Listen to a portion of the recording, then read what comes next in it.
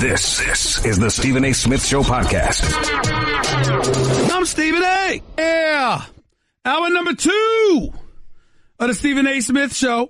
Here with you over the airwaves of ESPN Radio.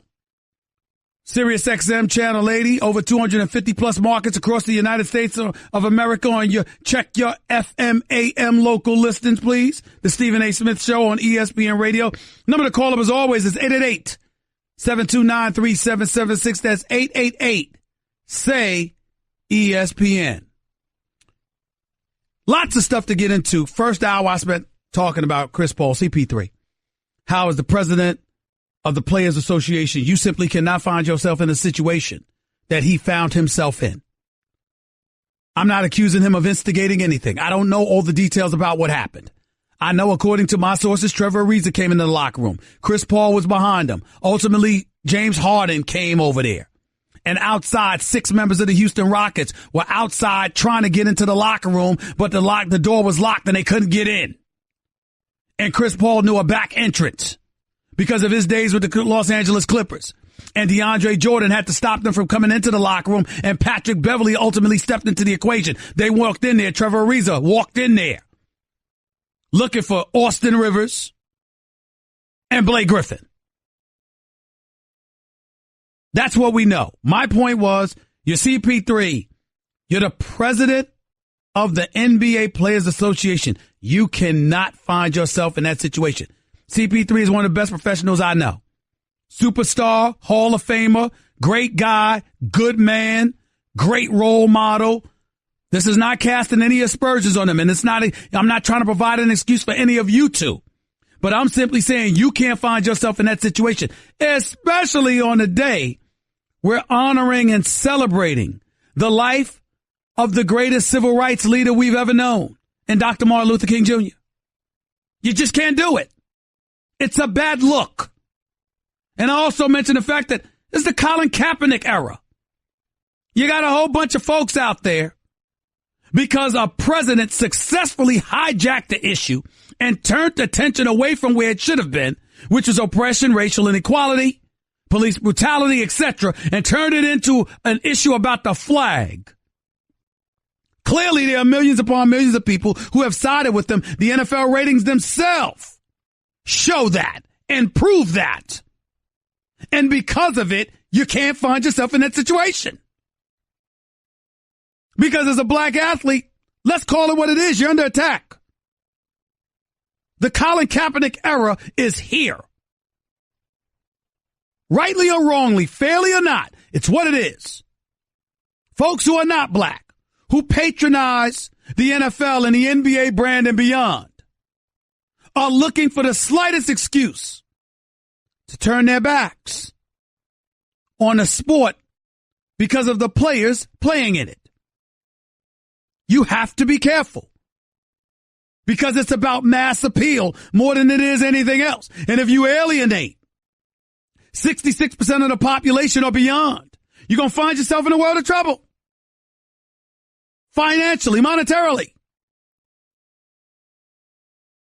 If anybody's smart enough, acute enough, adroit enough, intelligent enough to know this, it is Chris Paul, a.k.a. CP3, who I assure you is one of the best professionals you'll ever meet in your life.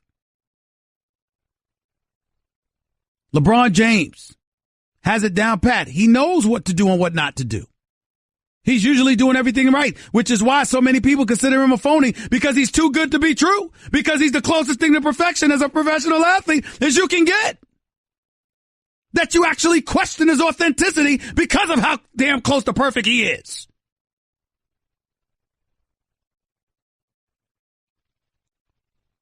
Bad day for CP3. Just a bad day. I certainly don't think it will repeat itself. But we got to call it what it is. And for those out there that want to attack Austin Rivers, I'm not here giving Austin Rivers a pass. Austin Rivers ain't in CP3 class. But I don't think he's a scrub. And I don't think that he's somebody born with a silver spoon in his mouth that wouldn't be in the NBA if it was not for his daddy. There's a few teams Austin Rivers could play on. He's not a scrub. And here is one way I will absolutely positively come to the defense of Austin Rivers all day, every day. He's always been the way he is. Whether you like him or dislike him, he's consistent. Austin Rivers is not a phony. He's a lot of things. He's not a phony.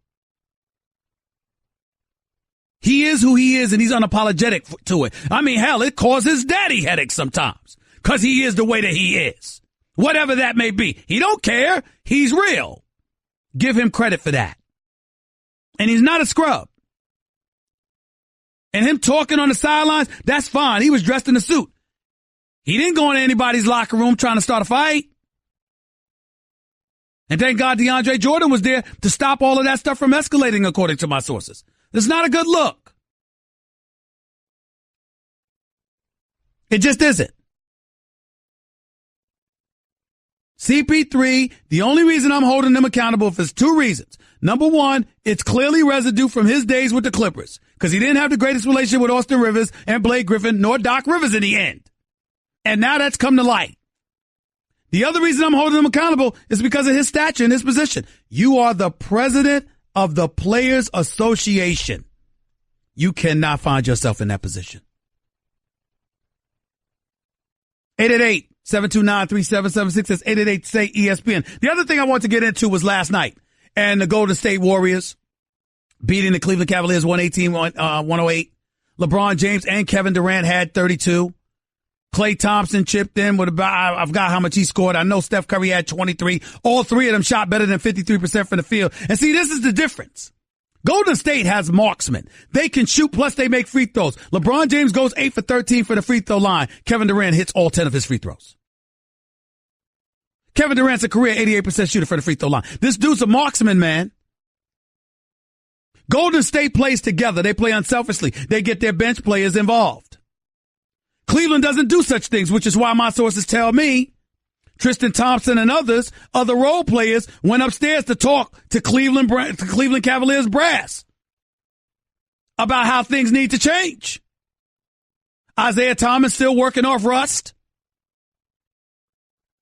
And Kyrie Irving is missed. My God, do they miss him? They can front all they want to. They miss that brother. Kyrie's special. And he's showing it in Boston. And I'm here to tell you something right now. I'm having serious concerns as to whether or not Cleveland's going to even come out of the East. They're still my favorites, but I'm concerned. Here's the other thing you all should be concerned about, unless you like it. Ladies and gentlemen, it's time to ask ourselves this question. Forget Kevin Durant's coming, because I know he's coming. And I'll ask my producer this, Nuno, looking at him right now, Nuno and Kat and John. Has the Kevin Durant era officially arrived? Because I got news for you. Kevin Durant, I don't know if anybody has noticed. He's been giving it to LeBron. NBA Finals, when LeBron averaged a triple-double, Kevin Durant averaged 35. 35 and 8. On better than 53%, better than 55% shooting. Ladies and gentlemen, he's averaging over 30 every time he goes up against LeBron, and it's always better than 50% shooting. This brother is on another level. He's not playing. This is not some dude that's flowing with the rest of the team and, oh, you know what? Let me shoot this open jump shot here and there. No, he's pulling up for threes in LeBron's face. LeBron goes to the hole in the layup. Kevin Durant comes back and slams a tomahawk dunk. LeBron hits a J. Kevin Durant comes in his face, hits a three. LeBron James drops to the hole. Kevin Durant comes down. He drops to the hole. He is coming for LeBron James. Period. He's not playing. He's not playing. And somewhere along the way, Cleveland's going to have to figure out a way to do something about it, because I got news for you. The Cleveland Cavaliers squad that I'm watching does not have any answer for this Golden State Warriors team. If the Cleveland Cavaliers don't make a move before the NBA trading deadline, they are going home in 5 games if they make it back to the NBA Finals. My man Jalen Rose came on First Take today and said the Cleveland Cavaliers are going to get swept in the finals. You know what the fallout from that's going to be, right? LeBron James leaving, Isaiah Thomas not getting his money, Cleveland falling off the map in the sport of professional basketball. I mean, there's some serious collateral damage if somehow, some way they don't get their act together. 888-729-3776 is the number to call into the Stephen A. Smith Show. That's 888-SAY-ESPN. Get the feeling of being rewarded with gold status at Shell with the Fuel Rewards program. Download the Fuel Rewards app. Join and start saving 5 cents a gallon today. You're listening live to the Stephen A. Smith Show on ESPN Radio. Back with your calls and more in a minute. By the way, I got even more to say about what's going on in Cleveland. It ain't pretty, y'all. It ain't pretty. Back with more of the Stephen A. Smith Show in a minute. You're listening to the Stephen A. Smith Show podcast. Let's get back to the phones right here, the Stephen A. Smith Show, ESPN Radio. Lots of stuff to get into today because here's the deal. You know, I already talked to you about some of the things that I was hearing in regards to CP3, Houston, and what happened last night in the aftermath of the Clippers win over the Houston Rockets. Without James Harden, by the way. He did not play last night. The other thing that's important to point to is what I'm hearing is emanating out of Cleveland. First of all, if you listen to folks close to LeBron, not only did LeBron not want Kyrie Irving traded, he said so. He told Dan Gilbert, according to my sources, he wants to go to war with the horses they have.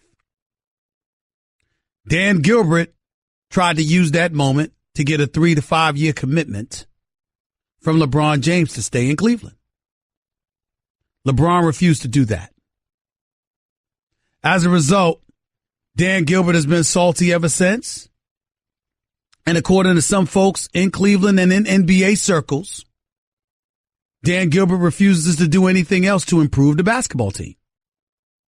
Kobe Altman, a good man, young at his job, has been put in an untenable situation. He's in his first year as a general manager for the Cleveland Cavaliers, succeeding David Griffin, who, by the way, should have never been let go. Even though he was looking for a better opportunity, it wasn't a better opportunity somewhere else. He just wanted more money. And Dan Gilbert didn't want to give him that. As a result, he let go of David Griffin damn near a week before the draft, if I remember correctly. And because of it, it put him in an untenable position of having a novice. And I don't mean that derogatorily or negatively about Kobe. I'm just saying that he's young.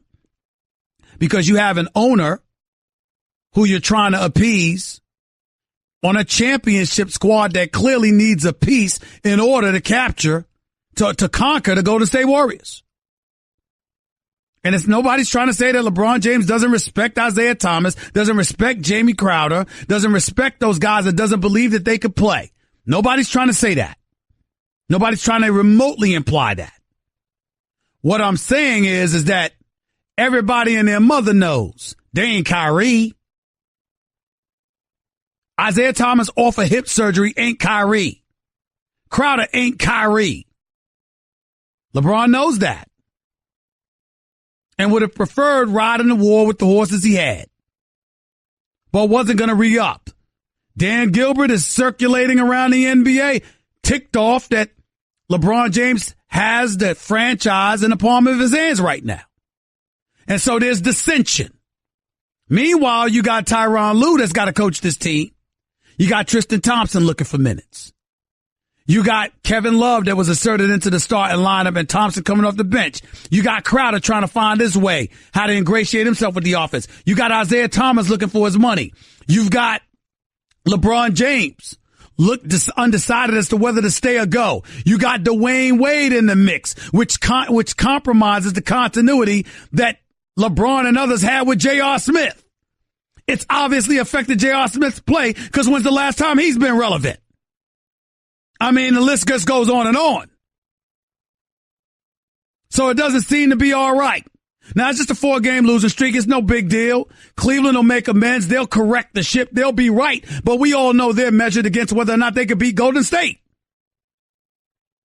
So by virtue of that premise and trying to get things done on that level, the season appears to be a mess because it appears to be a foregone conclusion that the Cleveland Cavaliers would beat the Golden State Warriors. So much so that you've got people actually wishing for Boston to make the finals because at least there's more continuity with their franchise. This is a mess, man. It's an absolute mess. And it ain't getting much better. It's just that simple. Daryl in Virginia, you're live with Stephen A. Talk to me. Oh, with the Cavaliers, what do you think they could do to kind of turn it around? Get Anthony Davis, which they're not going to do. And you want me to tell you the bad part? Because if they got Anthony Davis, they'd be the favorites to win it all right? You want me to tell you the bad part about all of that, Daryl? Yeah. Boston might get him. I know. Do you think maybe they should get Roy Hibbert? I mean, at one point he was a great defender. At least that could Did you give just somebody that can did protect you the just basket. say Roy Hibbert? Is that what you just said? A few years ago, he was a dominant defender. Let me ask you a question. How big are you? I'm 6'4". All right. How much do you weigh? 280. Where's the hairline on your head? The hairline on my head? Yeah. It's receding. Okay. Let me ask you a question. Yes, sir. Was it that way when Roy Hibbert was productive? No, it wasn't. Wasn't that a long time ago? That was about a couple years ago when they was a couple. That's not true. That's about 3-4 years. LeBron's been in there for 3 years. Right. So right. this was 4 years ago. Don't you think I had you? Take a moment to take a deep breath and ask yourself what was life like for you 4 years ago compared to what it is now. Right. That was a long time ago. Come on, bro. Come on, Darryl. Come on, man. You my brother. You better than that. You know. 4 years ago. Come on. I'm going to give you. Listen. Here's what I'm going to do, Darryl. I want you to call me back tomorrow, okay? Okay. I'm going to put you on the line tomorrow. And I'm going to give you 24 hours to lick your wounds and rethink the error of your ways. You called into the nationally syndicated Stephen A. Smith show, and you proclaimed over the national airwaves that the answer to the Cavaliers' championship prayers was Roy Hibbert. I'm going to give you an opportunity to correct yourself on that. And make sure your boys are listening, because you know better. It was blasphemous. It was just blasphemous. Thank you for the call. Bugsy in Indiana, you're live with Stephen A. What's up, man? Nothing much. I was calling to pick a beef with you that I've had for a while. Okay, go ahead. And that is, why in the hell do you think Chris Paul is so great? Hold on, stop right there. I need you to step back from the mic because you sound like you're in a tunnel. So I want to make sure my audience understands you. Go ahead. Well, he's never won anything. And as of last night, his only ever accomplishment just got ruined because he's never going to have his number retired. Which, the Clippers, do they even have any numbers retired? Bugsy, can I ask you a question? And I love that name, by the way. I love it. I love the name Bugsy. But let me ask you this question. How'd you feel about Dominique Wilkins? Dominique Wilkins? Well, his prime years were in Atlanta. Yeah, I'm saying, no, how did you feel about him? He was okay. All right. Well, let me ask you this. No. I'm asking the questions. It's the Stephen A. Smith show. Okay. How'd you feel about Patrick Ewing? Is Chris Paul any better than No. I asked you a question. I need to answer my question. I'm not going to hang up on you. I'm asking you a question. How did you feel about Patrick Ewing? Patrick Ewing was garbage. He would be okay, that's it. All right, that's fair enough. All right, how did you feel about Karl Malone? Karl Malone, same thing. All the garbage guys, garbage. Michael Jordan face, garbage. They're all old and busted. Hold on, no. What I'm saying to you is this: these are Hall of Fame players. You know, you understand that, right? Was Reggie Miller? How'd you feel about? Hold on, you right there in Indiana. How'd you feel about Reggie Miller?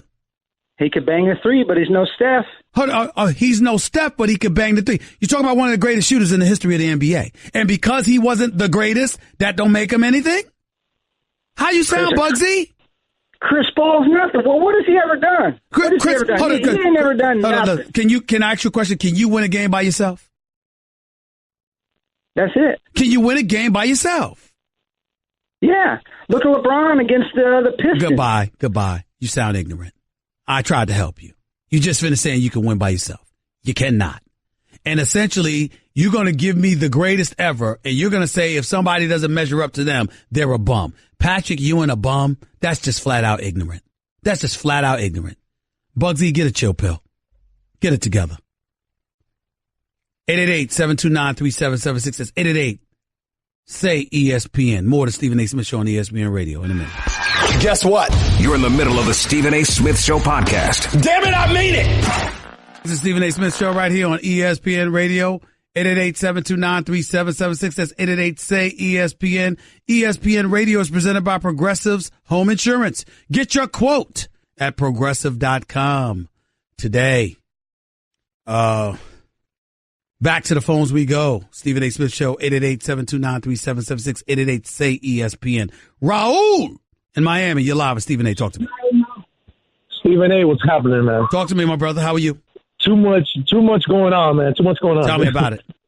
All right. I think, honestly, with the thing with Chris Paul and, like, most NBA players and stuff, I think what it is really, like, it's a bad divorce, you know? Like, you have your family, you have everything in that house, you know, like the Clippers, they were there for years with Chris Paul, and then all of a sudden there's bad blood, they get divorced, and then you got to go back to that house. You know, there's just bad situations, bad blood, you know? It's just doesn't work, you know? I got you. Makes sense. Appreciate the call. Thank you. Chris in Orlando, you're live with Stephen A. What's up? Hey, what's up, Stephen A? I got a quick question. Yes. If Kevin Durant was to win 3 rings, would you consider him on the same level as LeBron James? Yes. Really? Yes. Even on Golden State? Yes. Because, again, I still think it was the weakest move I've ever seen by a superstar. But it doesn't take away from the greatness that he puts on display. Kevin Durant is a career 27-point per game scorer. Whatever he's doing now, he was doing even more of it in Oklahoma City. The only thing he didn't win the rings, that's fair. And he's not, when you look at LeBron, he's not the physical specimen that LeBron is. LeBron can't shoot like that, brother. LeBron can't shoot. Hold on. LeBron can't shoot perimeter shots. LeBron can't shoot from the free throw line like him. He can defend and he can score. LeBron defends differently, scores differently. They're two completely different players, but just as explosive. That's true.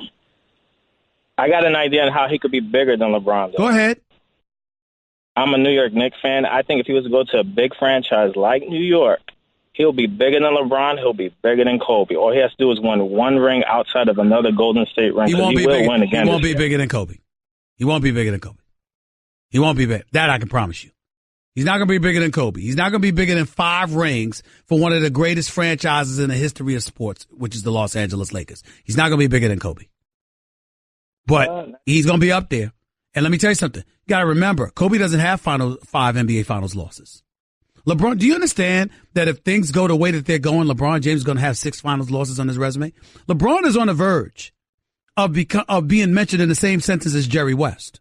Now, Jerry West is one of the great players. He's the silhouette, a man I have profound respect for, who I consider to be a basketball savant.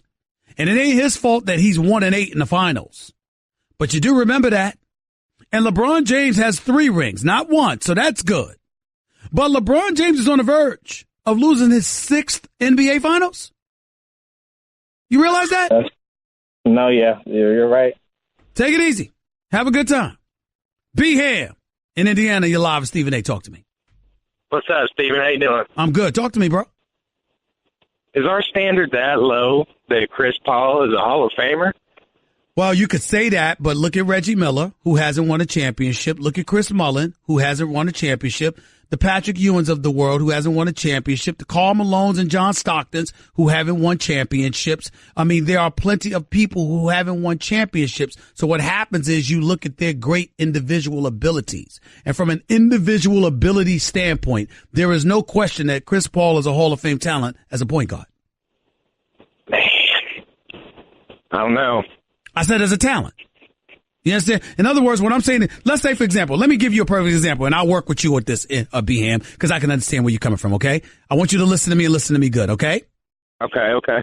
Let's look at it this way. Don't you think that Aaron Rodgers is a bad man? Bad man. Right?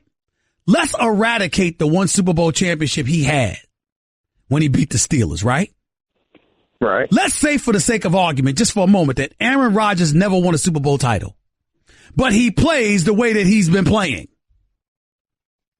Would you say he's not a Hall of Famer?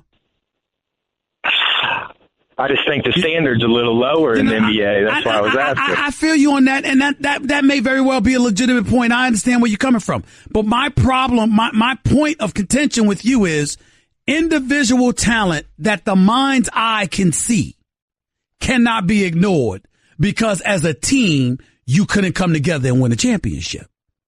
Right. And that's where CP3 comes in. You can't look at CP3 and tell me that if he was on Golden State, they couldn't win a championship. That if he was on San Antonio with Kawhi Leonard and the crew, they couldn't win a championship. If it was CP3 that was the point guard instead of Tony Parker when they beat Miami years ago, you don't think CP3 would have won a title? Oh, it's a wrap. You see what I'm saying? That's my point. You have to look at him and the individual skill set that he possesses and appreciate and respect it for what it is. CP3 is a Hall of Famer. He's a Hall of Fame talent. I respect that. All right? Appreciate the call, man. 888-SAY-ESPN. That's 888-729-3776. Back with your calls to close out the show in a minute. You're listening live to Stephen A. on ESPN Radio. Guess what? You're in the middle of the Stephen A. Smith Show podcast. Damn it, I mean it! Welcome back to the Stephen A. Smith Show right here on ESPN Radio. ESPN Radio is presented by Progressive Insurance. Protecting your small business is a big deal. Cover what you've worked so hard for. Visit progressivecommercial.com. Larry Nassar. Remember him? Remember who that guy was? I say was because he should be past tense in literal sense as well as figuratively speaking, of course. This is a guy that pleaded guilty to molesting females with his hands at his Michigan State University office, his home. I mean, my producer's all over the place moving my copy around where I can't read it. Could y'all keep the copy in one place, please? I mean, this is bad. This is a gymnast coach from Michigan State who molested several females. And on Outside the Lines today, Bob Lee was talking. Who was the report he was talking to? John Barr, who was in the courtroom listening to victims and their parents speak about the nightmares this man has caused. Listen to this. Describe what you've seen this morning. I've been watching from a distance and I'm shaken. What's it like to be in that room? It's been tough, to be honest with you, Bob. It's highly emotional for everybody, including the people who are covering this. We've had to sit there and listen to mothers who've talked about their daughters committing suicide. The first woman to speak today spoke about how she was abused as a 6-year-old girl in Larry Nassar's basement, molested in his basement, and who, when she later told her parents, the father didn't believe her, and when he finally did believe her, he died by suicide. The trail of human wreckage left by Larry Nassar may never be completely calculated. Wow. But there's more. Play that next sound for us, please. Oh, we don't have it. I apologize. Listen, here's the deal. The Michigan Attorney General's office is seeking 40 to 125 years in prison for Nassar, who's 54 years old. The maximum represents a year for each of the 125 girls and women who filed reports of abuse with campus police. He's already been sentenced to 60 years in federal prison for child pornography crimes. He'll be in jail for the rest of his life. I hope they throw him on that. Man, this is a Walt Disney production. I can't even tell you what I hope happens to that man, but y'all can get the idea. Think about the kind of things that happen in some jails to men who are child molesters. Think about that. Think about that. For the rest of his life, this man will be behind bars. And it ain't too many people that deserve it more than him.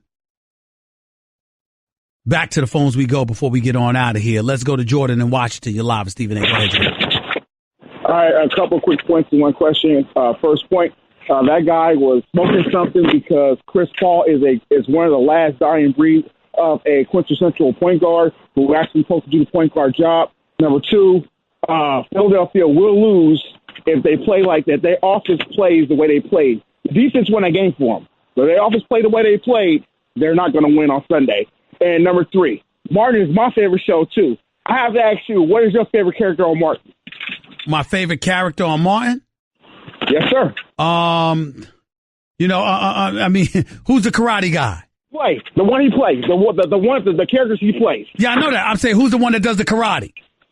Talking about hilarious. Dragonfly Jones. Like That's it. Dragonfly Jones. That's my favorite Martin character. Silence.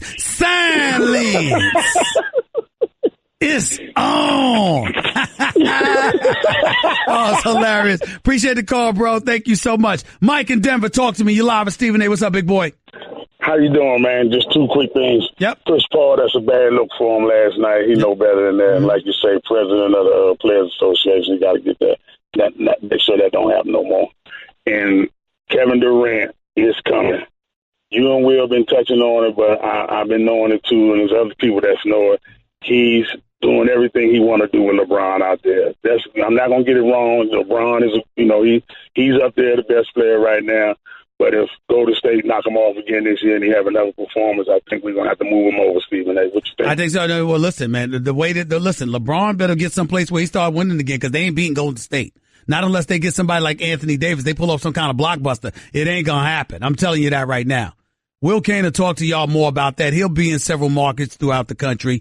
He won't be in New York because my man Michael K is up next there. And, of course, John Ireland and the crew is in L.A. But Will Kane will be on in a few markets talking to y'all about Kevin Durant at the top of the hour. You don't have to worry about that. Let's go to Ron in Chicago. You're live with Stephen A. What's up, Ron? Stephen A., what's going on, man? Talk to me, baby. All right, listen, man. I watch the show First Take every day. I listen to your radio show, right? Appreciate the love. I just want to Thank you very much. Okay. All right. I just want to let you know, man, listen, I cannot respect KD being taking over for LeBron James being the best in the world when he's on the Golden State Warriors. Now, a few seasons ago, Whoa. Wait a minute. You can do that, and I know it's not the same, but LeBron did go to Miami. And then after he went to Miami, he came back to Cleveland to join Kyrie. You mentioning KD and you ain't mentioning that at all? Stephen A., listen. You got 30 seconds. Go ahead, take your time if you want to. I got you. I'm just excited, man. I just got to do first time and listen to you all the time. But listen, KD got to prove it, man. Like, he out there with Steph, Clay, Draymond. Hold on. Look, Ron, I'm going to rescue you because we're running out of time. But I'm going to say this to you, Ron.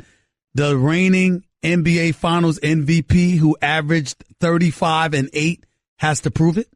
Is that what you just said? Yeah, he got to prove it, Stephen A. The career 27-point per game scorer has to prove it? Is that what you just said? He's out there with a reigning MVP, Stephen A. Time out. What did I say? Hold on, Ron. I told you before, I think it was the weakest move I've ever seen by a superstar. But that means he was a superstar before he made the move. Let's not act like this brother is a product of the Golden State Warriors. As great as they were, he still elevated them when he arrived. They didn't need it, though, Stephen. They did. They wasn't the champions until they lost the previous year and he arrived.